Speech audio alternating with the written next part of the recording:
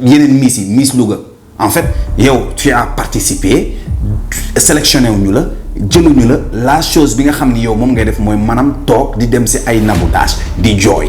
préparer leen ba mu baax def leen ay marionnettes en fait prostituer leen quoi. même tes sorties ces interviews li ma gën a seetlu mooy tu dis que ni comme ni ko sama yaay waxee bon sa yaay subirul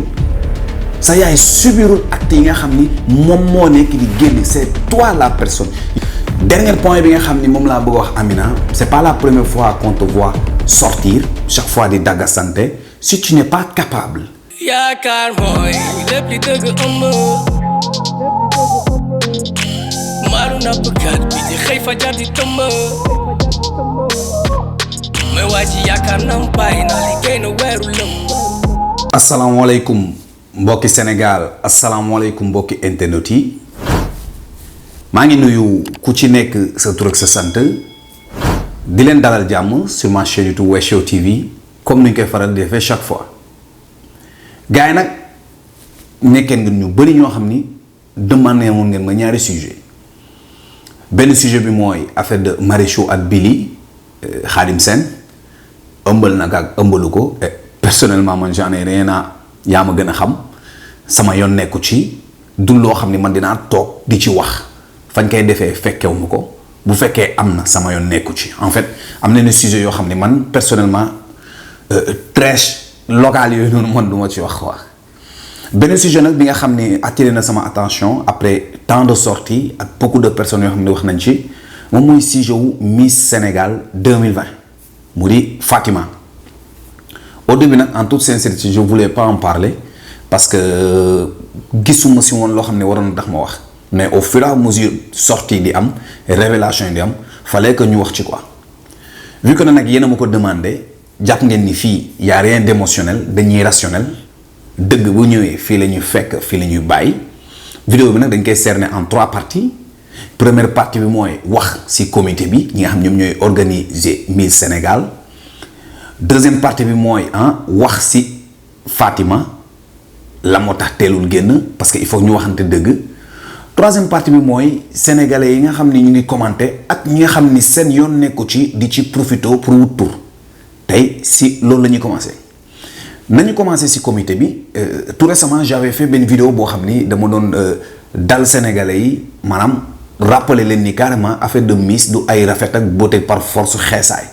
y a beaucoup de critères yi nga xam ni communauté yi bu nekk dëkk mondialement dina ci jàpp pour nga xam ni nit ñi dinañ mën a sélectionner wala voter ki nga xam ni moom mooy concurrente bi nga xam ne nekk na foofu noonu muy Miss bi. Sénégal nag dañ nekk benn dëkk boo xam ni ci affaire du Miss Sénégal chaque événement il faut mu am coow chaque événement il faut nit ñi am lu ñu ci wax mais c'est la première fois ñuy wax ci li nga xam ni moom moo di coowalu sexe mooy maanaam loo xam ni rapport daf ci am peut-être nag Covid bi la parce que depuis 2020 jot Sénégal waxu sexe rek la ñu waxu taat waxu viol te ku dem suivre samay vidéo boo xoolee à partir du 1er après le 15 ba le 30 da ngay am li nga xam ni moom moo di trash sexuel yi fa ngay gisee ay lomotif fa ngay gisee ay nit ñuy wane seen i taat ci ngay gis ay nit ñuy wane seen i ween si ngay découvrir ay rangu si ngay découvrir ay naboudage des personnes yoo xam ni insignifiantes sama opinion personnelle la. beneen affaire bi mooy à partir du 1er ba le 10 nag foofu ngay gën a gis li nga xam ne moom moo di wàllum LGBT ñi nga xam ne dañuy allié LGBT wala ñi nga xam ne dañuy promouvoir LGBT si nga leen di gën a gis comme ni ma ko waxee rek nous sommes si diggante 15 ba 30 kon leneen génn na mooy le cas de viol. comité bi nag dafa am ay critères yi nga xam ni moom la lal d'après li nga xam moom moo di leur sortie dégg naa ñoom ñëpp ba si ki nga xam ni moom moo di Amina mi nga xam ni moom moo jur coow li yëpp dama si gis ay incohérences yu bëri. parce que tey jii nii bu fekkee ni da ngay choisir une personne à travers li nga xam ni moom moo di sa beauté en premier temps nga ñëw choisir li nga xam moom moo di personne bi côté intellectuel bi surtout si li nga xam moom moo di école à travers leur note yi nga xam ni moom la ñuy am j'ai pas compris bu fekkee xale bu jigéen bi amul woon note yu baax yi nga xam ni après ngeen ko découvrir comment ça se fait-il que ni ngeen sélectionné ko non seulement da ngeen ko sélectionné ngeen dem ba jël li nga xam ni moom moo di vote yi ngeen jox ko kon ça veut dire que ni nekkul woon benn vote boo xam ni si ay critères ngeen ko basé mais dafa nekk si ay votes yoo xam ni ay proies ngeen di wut mooy maanaam nit ñi nga xam ni ay marionnettes leen ngeen leen di diriger pour pouvoir soutirer de l'argent ñi ngeen xam ni ñoom ngeen di liggéeyal pour pouvoir soutirer de l'argent ñi ngeen xam ni ñoom ngeen bëgg a yónnee maanaam en fait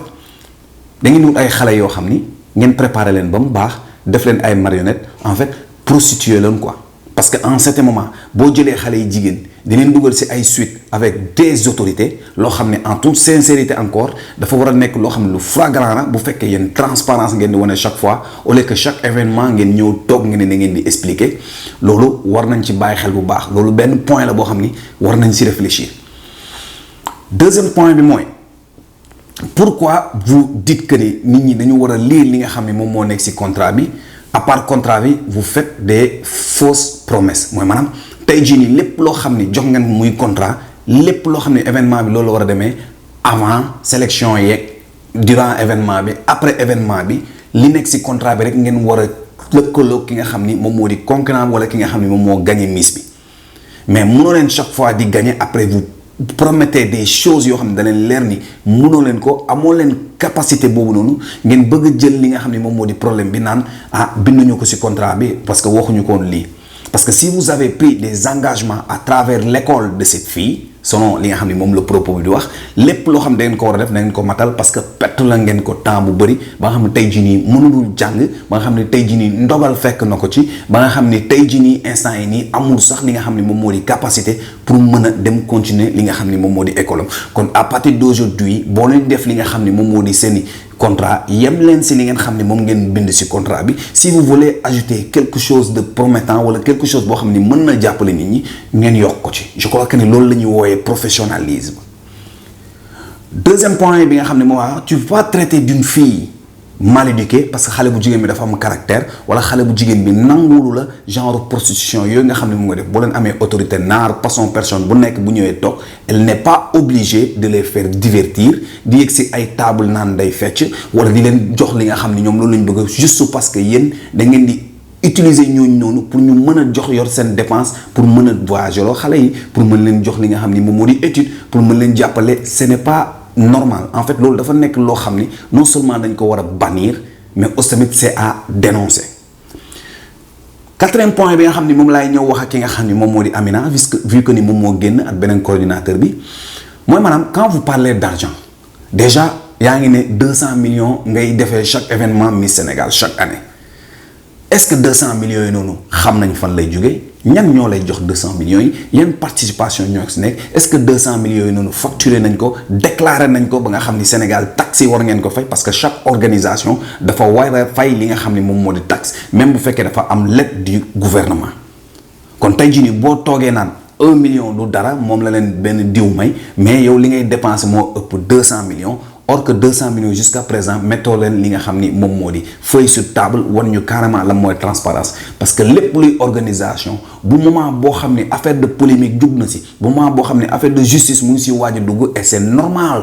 que justice dugg ci parce que dafa war a am lu leer muy de votre parti muy parti xale bu jigéen bi parce que dafa am benn point boo xam ne bu crucial boo xam ni moom moo nekk di ëllëg suñu nga xam ne moom moo di suñu bopp parce que jusqu'à présent on n'a pas compris lan moo xew. ak naka la xewee te loolu yoon war na si def liggéeyam ba mu leer nañ parce que on parle d'organisation où vous prenez des filles ngeen leen dugal foofu noonu pour les faire des marionnettes selon li nga xam ni yéen moom ngeen wax man je me base si li ngeen xam ni moom ngeen wax sama analyse personnelle. Dernier point bi nga xam ni moom laa bëgg a wax Amina c'est pas la première fois qu'on te voit sortir chaque fois di daggasante si tu n'es pas capable de faire ton travail normalement mais chaque année il faut nga am li nga xam ni moom moo di buzz pour nga mën a tontonte ak nit ñi man je te conseille d'habitude si pays normal yi pays yoo xam ne c'est professionnel bu yenn yi amee non seulement da nga war a indi justification mais après da nga war a démissionner nga comprendre ne que ni li ngeen di def li ngeen di nekkoo leen di ko doxal si yoon te yow en tant que représentant yow juy que ni yooyu chaque jour génn tu as failli ta mission en fait loolu mooy li nga xam ne moom moo di cadre général bi si côté communauté bi te lu si bëri war na leer y a beaucoup de points yoo xam ni leeroo leen ko il faut pas faire des fausses promesses su fekkee mënoo leen ko ñu dem si li nga xam ne moom moo di deuxième partie bi mooy la fille ce qui m'a dérangé si li nga xam ne moom moo di histoire bi les points mooy maanaam premier point mooy pourquoi toujours quand il s'agit de viol wala quand il s'agit de quelque chose boo xam ni c'est à dénoncer immédiatement vous le faites jamais à présent ngeen di indi li nga xam ni moom moo di masla ngeen di indi li nga xam ni moom moo di sutura ngeen di indi li nga xam ni moom moo di ay Sénégal lañ nekk gis nga dëkk boo xam ni yërmande dafa bëri te xel bëriwu fa dëkk boobu noonu du mës a avancer la justice ne sera jamais faite chaque fois cas viol bu ñëwee dañuy toog ay ati at pour ñu war a mën a dénoncer lan ngeen di xaar bu fekkoon tey jii nii ñooñu joxoon nañ la promesse yooyu noonu yëpp li la dal di nga ko doo ko wax te pourtant jox nañ la promesse bi joxuñu la promesse bi da nga waroon génn automatiquement wax ko parce que bu fekkee dañ la violer da nga ko war a dénoncer pourquoi attendre ba ñu bind benn bataaxal di wax ni miss bi lii lañ koy jox lii lañ koy jox et vous faites maintenant li nga xam ni moom moo di seen sortie en fait je le trouve un peu stratégique li nga xam ni moom moo di seen sortie bi nii te pourtant mënoon nga am li nga xam ni moom nga soxla au début sans pour autant xaar ba élection miss yi ñëwaat nga génn ak li nga xam ni moom moo di sa propos loolu mooy premier point bi deuxième point bi mooy pourquoi chaque fois sa yaay mooy wax ak ñooñu bu fekkee ni yow yaay ki nga xam ni yow yaay miss bi parce que déjà tu étais majeur yow yaay miss bi yow yaay dem nga def li nga xam ni moom moo di élection lépp loo xam ni waroon na nekk si li nga xam ni moom moo di sa procédure jox nañ la am joxu la da nga si war a nekk au courant de tout da nga si war a nekk au courant de tout même tes sorties ces interviews li ma gën a seetlu mooy tu dis que ni comme ni ko sama yaay waxee bon sa yaay subirul acte yi nga xam ni moom moo nekk di génn c'est toi la personne yow yaa war a indi lu leer Sénégalais yi c'est pas ta mère parce que sa yaay nettali rek nga ko mën a def mais fekkeewul en fait ce sont des communications yoo xam ni oral la mais lépp loo xam ni moom moo ko umb lépp loo xam ni sorti ngeen def fépp fi nga xam ni dem ngeen fa ta mère n'était pas là yow yaa war a génn nga leeral Sénégalais li nga xam ni moom moo xew en fait il faut ngeen di arrêter naan kilifa dëgg la am na fu mu nekk mais y a des choses yoo xam ni kilifa boobu noonu mënu la ko wax parce que fekkeewul yow yaa ko nekk di raconter kon des fois il faut que ñuy xool li nga xam ni moom moo di c'est rationnel quoi ñuy bañ a dugg trop si li nga xam ni moom moo di émotion beneen problème bi mooy tu t'es réveillé yóbbu nañ la kër coordinateur bi tu t'es réveillé tu as senti dans tes parties intimes mooy maanaam say awra ni am na loo xam ni jaaduwul jëlal li nga xam ni moom moo di sa yaram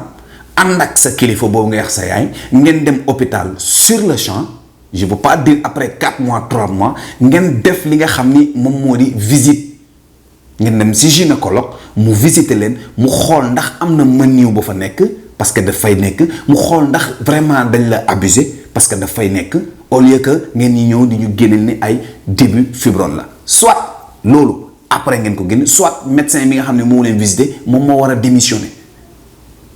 mais man je crois que ni yow boo yëgee sa yaram si tu avais dit carrément li xew tout de suite waroon nañ leen lijjantil carrément lan moo xew sa yaram ak ndax dañ la sàqu wala sàquñu leen des fois tamit il faut que ñuy xool li nga xam ni moom moo raisonnable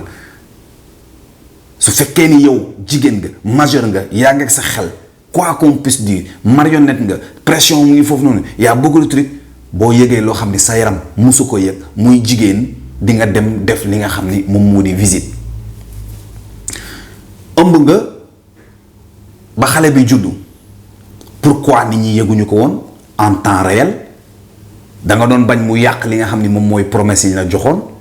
parce que yéen ngi naan foqul seen bët mais en su ba xoolee affaire yi nii c'est comme si que ni dañ la teg dil boobu noonu moo la metti mais affaire de xale bi sax c'est pas un problème te moom moo waroon nekk li nga xam ni moom moo di prioritaire li nga xam ni moom moo la di violer loolu moo waroon nekk prioritaire sa njalbeen ba de ce fait nag man mënuma la wax ndax dañ la violer wala violer wuñu la parce que comme ni mu ko waxee rek fekkewuñu ko yow yaa fa nekkoon ak coordinateur bi lépp lu ci mënte am yoon dina ci def lu war et il faut aller tout de suite porter plainte procureur ubbi dossier bi ñun sénégalais dinañ xool ndax kumba am ndey wala kumba amul ndey la